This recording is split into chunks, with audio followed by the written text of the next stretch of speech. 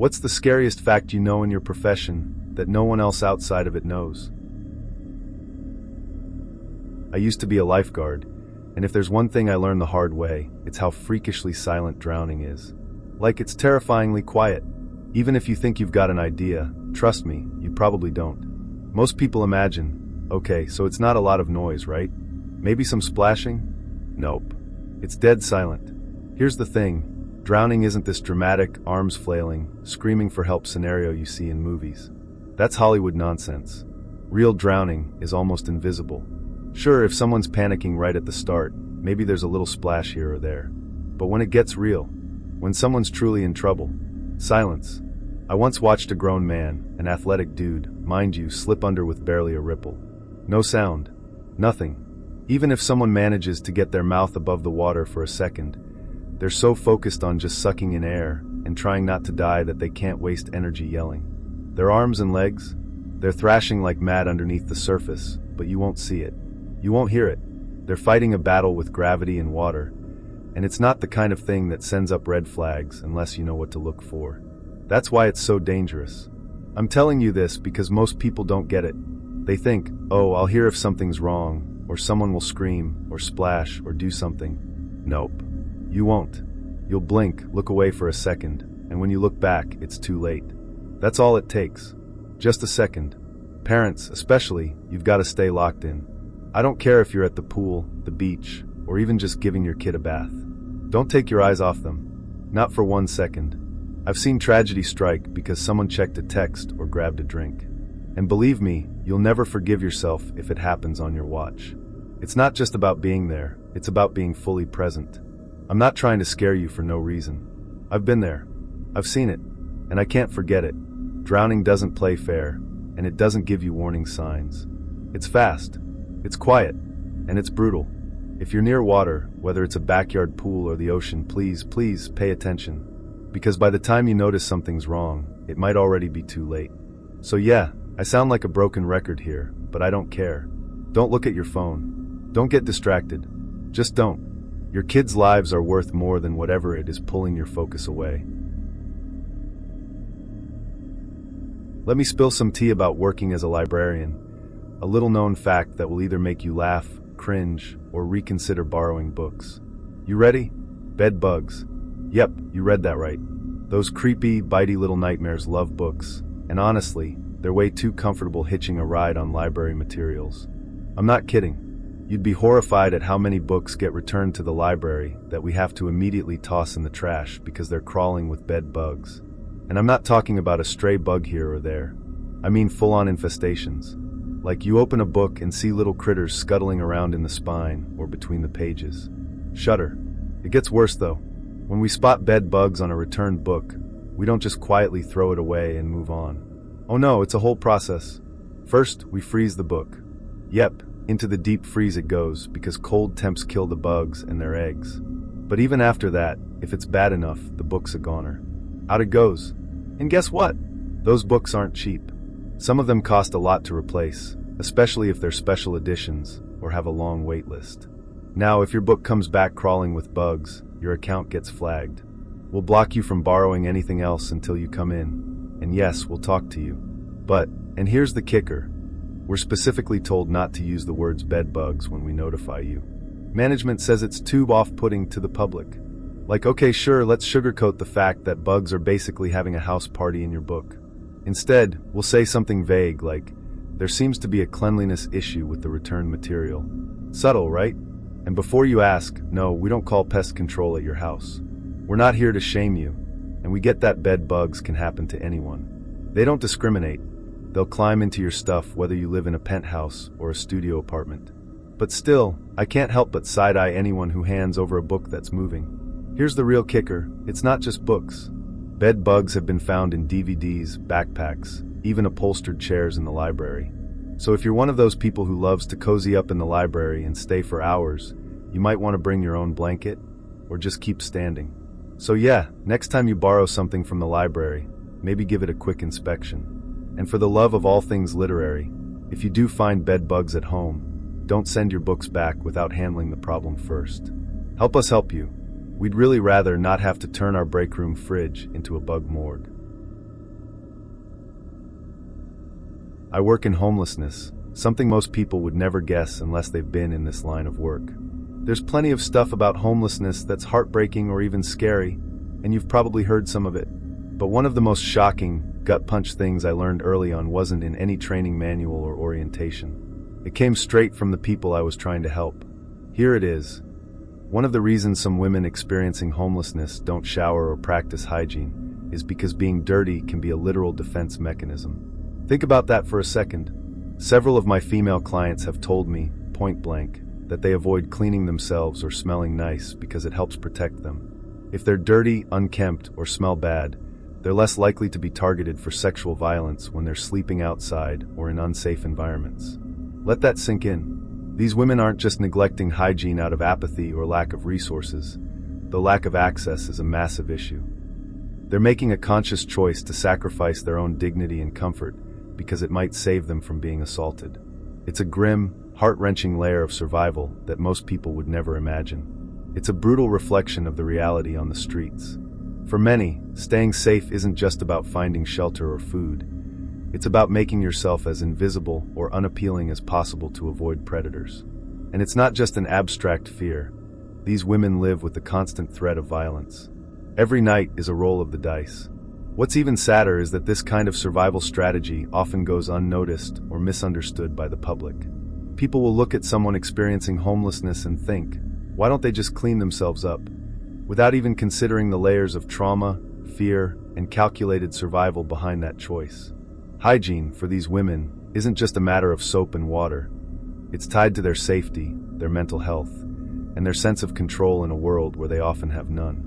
What's worse is that our system isn't built to address this. Sure, shelters exist, but many are overcrowded, underfunded, or not equipped to offer the level of safety and care that people need, especially women. It's a vicious cycle, living in fear, using whatever means necessary to avoid harm, and facing judgment for the very thing that's keeping you alive. Alright, here's a wild fact about my job that most people don't think about. Manholes can kill you. Like, straight up take you out in seconds, and you wouldn't even realize anything was wrong until it was too late. Sounds dramatic, right? But I'm serious. This is the kind of stuff that keeps us awake at night in this line of work. Here's the deal. Manholes aren't just random holes in the ground. They're part of massive underground systems, sewers, utilities, you name it. And those systems can collect all kinds of dangerous gases. We're talking stuff like hydrogen sulfide, methane, or carbon dioxide. And the kicker is, some of these gases are heavier than regular air. You think you're breathing fine down there, but instead of oxygen, you're sucking in something that's not going to keep you alive. The scariest part? There's no big warning sign. No dramatic wheezing or gasping. You go down there, feel normal for a second, and then bam, you're out cold before you even realize what's happening. It's called hypoxia, and it happens because the oxygen you need to live is displaced by those heavier gases. A few seconds of unconsciousness, and if nobody's around to drag you out, that's game over. And let me tell you, this is a real thing. It's not just in scary safety videos or worst-case scenarios. I've heard too many stories of people, pros, not amateurs, going into a manhole without testing the air first, thinking it's just another routine job. They didn't come back out. So yeah, we've got all kinds of safety protocols in place to stop this from happening. Air testing is non-negotiable.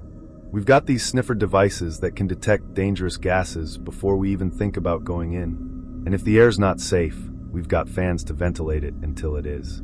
Plus, we never, ever go down alone. Someone always stays topside in case something goes sideways.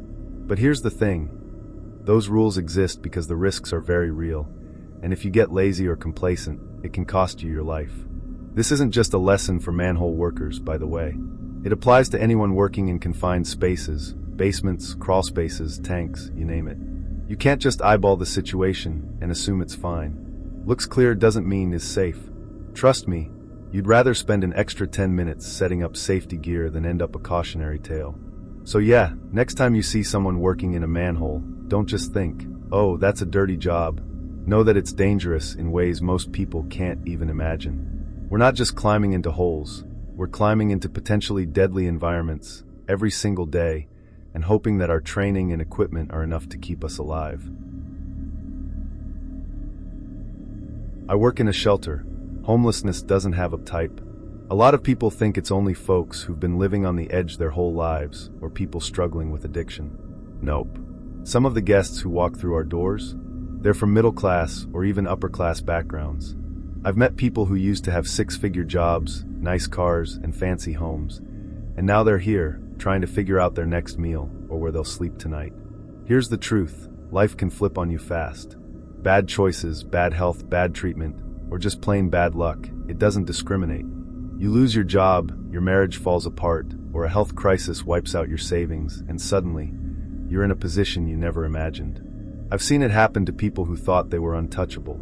And honestly, it's terrifying, because it makes you realize how thin the line is between doing fine and needing help. But there's one thing I've noticed that almost every single homeless person has in common, no matter where they come from: trauma and loss.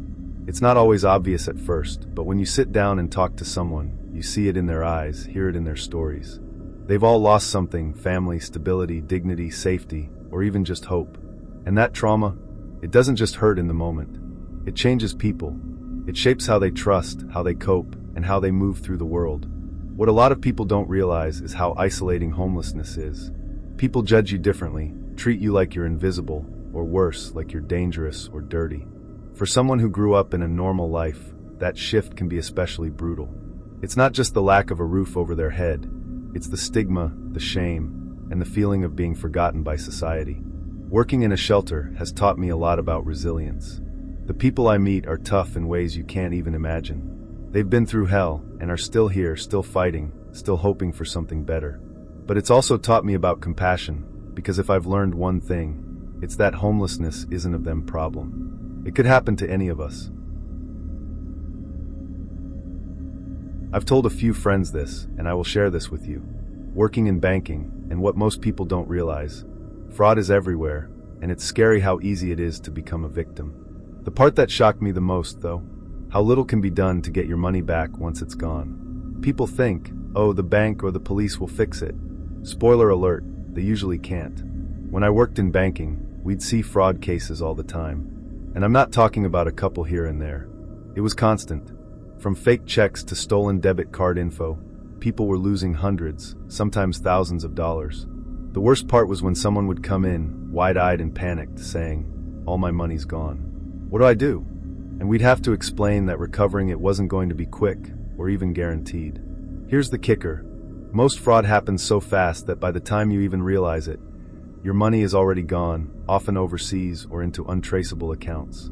Scammers are pros at covering their tracks, and they're always one step ahead of the system. Even if we flagged it right away and froze accounts, it didn't always mean the money was recoverable. Once it's moved, especially if it's been wired or sent through sketchy payment systems, it's like trying to chase smoke. And the police? They mean well, but their hands are tied most of the time. Fraud cases are often so complicated and widespread that they can't prioritize every victim. Unless it's part of a huge operation or the scammer is local, the chances of catching anyone are slim to none. Most cases don't even make it onto their radar. It's not because they don't care, it's just the reality of how these crimes operate. The stories I heard were heartbreaking. Elderly people getting scammed by fake grandchildren calling in distress, hardworking parents falling for too-good-to-be-true job offers, or small business owners losing their savings to bogus vendors. The guilt they felt, like it was somehow their fault for being too trusting, was crushing to see. But the truth? These scammers are good. They know how to exploit fear, trust, and urgency. It can happen to anyone. So here's my pro tip: be paranoid. Seriously. Question every unexpected call, email, or text. If something seems off, it probably is. Don't click links in random emails. Don't give out personal info to anyone who contacts you first, no matter how legit they seem. And for the love of everything, never send money to someone you don't know personally.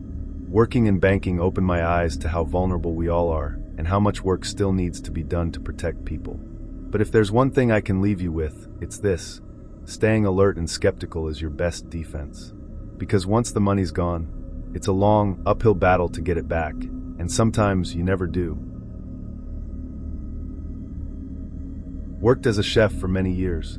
Let me share a conversation that stuck with me because it was equal parts uncomfortable and educational for both me and the guest. Picture this. I'm in the middle of a busy service, and I get a message from the server that a guest wants her fish cooked medium, not well done as our menu suggests. The fish in question? Manchong, also known as sickle pomfret. Now here's the thing about manchong. It's a delicious fish, mild, tender, and fantastic when cooked right. But there's a catch, and it's not one you want to stumble on unknowingly. This specific fish is very prone to parasites and worms. And I'm not talking about the hypothetical kind or, if you're really unlucky, scenarios. No, these little critters are visible when you butcher the fish. As chefs, we're used to it. We inspect and clean thoroughly, but let me tell you, it's enough to make anyone think twice about eating it anything less than well done. So when the guest pushed back and asked to speak with me directly, I knew I had to tread carefully. Nobody wants to hear the words worms and dinner in the same sentence, especially not while sitting in a nice restaurant. At first, I tried the polite, diplomatic route. Unfortunately, we recommend this fish be cooked thoroughly to ensure the best flavor and texture. But she wasn't having it. She was adamant. I like my fish medium, and I don't understand why you can't do that. At that point, I had no choice but to drop the truth bomb, gently of course. I explained as professionally as I could that while manchong is perfectly safe and absolutely delicious when cooked through, it's not a fish you want to eat undercooked because of its natural tendency to host parasites. I reassured her that this is common with certain fish species and doesn't affect its quality when prepared properly, but medium or rare wasn't an option for her safety. Let me tell you, the look on her face said it all. Shock, mild disgust, and then, blessedly, understanding. She quickly changed her order to something else entirely, and I can't blame her. Honestly, it was one of those moments where being upfront saved us both a lot of trouble in the long run. Here's the thing. As chefs, we know things about food that most people don't, and frankly might not want to know. But part of our job is making sure you're not just eating something delicious, but also something safe. So if a chef insists on cooking something a certain way, there's usually a reason, even if we're not throwing around words like parasite at the table. Trust us, we've seen it all. Let me drop some truth about my job as a mechanic, something that might change the way you think about the next time you take your car in for service. You know how some mechanics are all friendly and chatty, cracking jokes, calling you buddy, and making you feel like you're their best friend? Yeah, those are the ones you need to watch out for. The colder, more no-nonsense mechanics? They're probably the ones being straight with you. I know, it sounds backwards.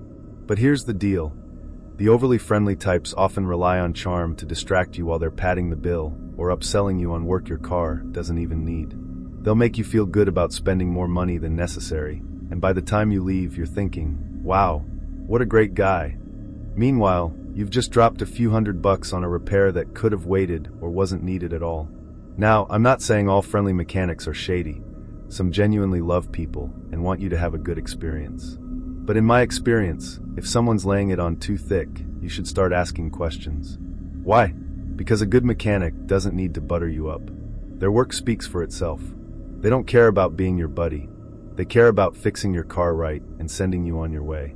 The colder mechanics, the ones who barely look up from their clipboard, give you straight answers with no fluff and don't engage in small talk.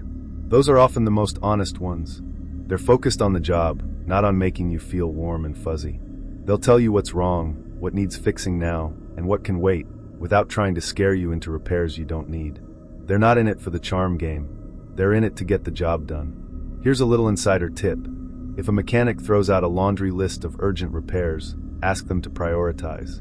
A good, honest mechanic will tell you what's critical versus what can be handled later. They'll explain things in simple terms, not use jargon to confuse you or make you panic. On the flip side, if someone's pressuring you to do everything right now, that's a red flag. Another thing? Trust your gut.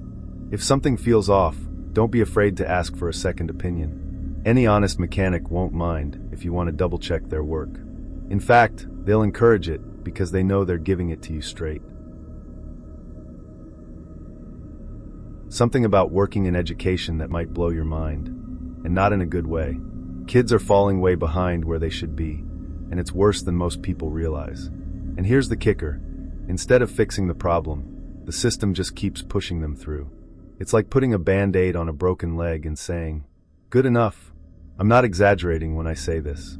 I've worked with high school seniors, kids about to graduate, and some of them don't know basic multiplication. I'm talking, What's 5 by 4? Kind of basic. And they don't know it. These are teenagers on the brink of adulthood, and they're still struggling with skills they should have mastered in elementary school. It's heartbreaking. And it's not just math. I've had seniors who can't pronounce common words like illuminate. That's not a dig at them. It's a reflection of how the system has failed them. Somewhere along the way, they missed key skills, and instead of catching them up, the system said, let's just move them along. Now they're about to step into the world without the tools they need to succeed. How does this happen? A lot of it boils down to pressure on schools to keep graduation rates high. Administrators want those shiny stats that say, look, 90% of our students graduated, but nobody's asking how they graduated or what they actually know. The result? Kids get passed from grade to grade without truly mastering the material. By the time they hit high school, the gaps are so big that it feels impossible to bridge them. What's worse is that these kids know they're behind, and it kills their confidence. Imagine sitting in a classroom where everyone else seems to get it, and you're still trying to figure out stuff from years ago.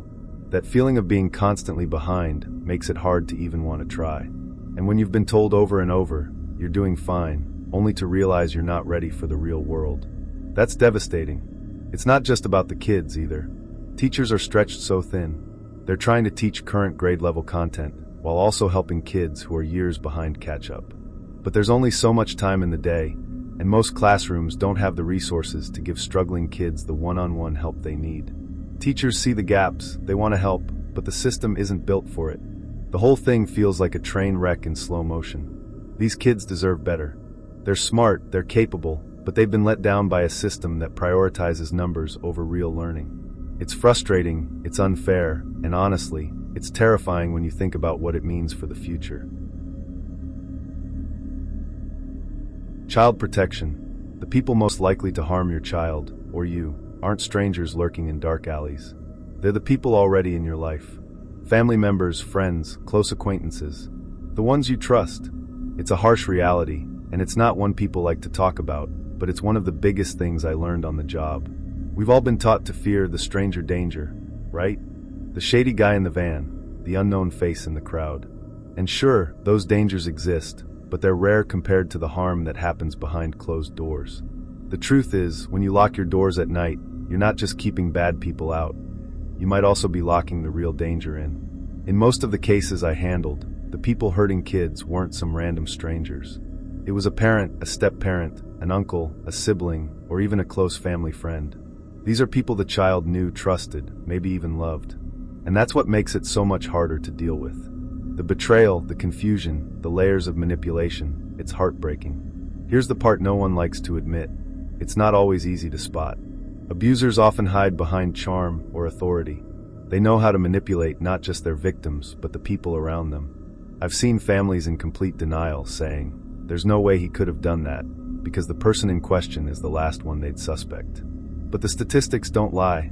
Most harm comes from people within your circle, not outside of it. It's not just physical harm, either. Emotional abuse and neglect are just as damaging and, unfortunately, even harder to recognize. A kid might not have bruises, but if they're constantly belittled, ignored, or made to feel unsafe in their own home, it leaves scars you can't see. And those scars can last a lifetime. So what can you do? First, educate yourself. Learn the signs of abuse, physical, emotional, and sexual. Pay attention to changes in behavior, unexplained injuries, or kids withdrawing from activities or people they used to enjoy. And most importantly, listen to kids when they try to tell you something, even if it's subtle or doesn't make sense right away. They're often scared or unsure of how to talk about what's happening. Second, don't let your guard down just because someone's family. Love and trust are important, but blind trust can be dangerous. It doesn't mean you have to live in constant suspicion, but it does mean being aware that harm can come from the people closest to us. Ex-hospital supply coordinator here. You know those massive bills you get from the hospital?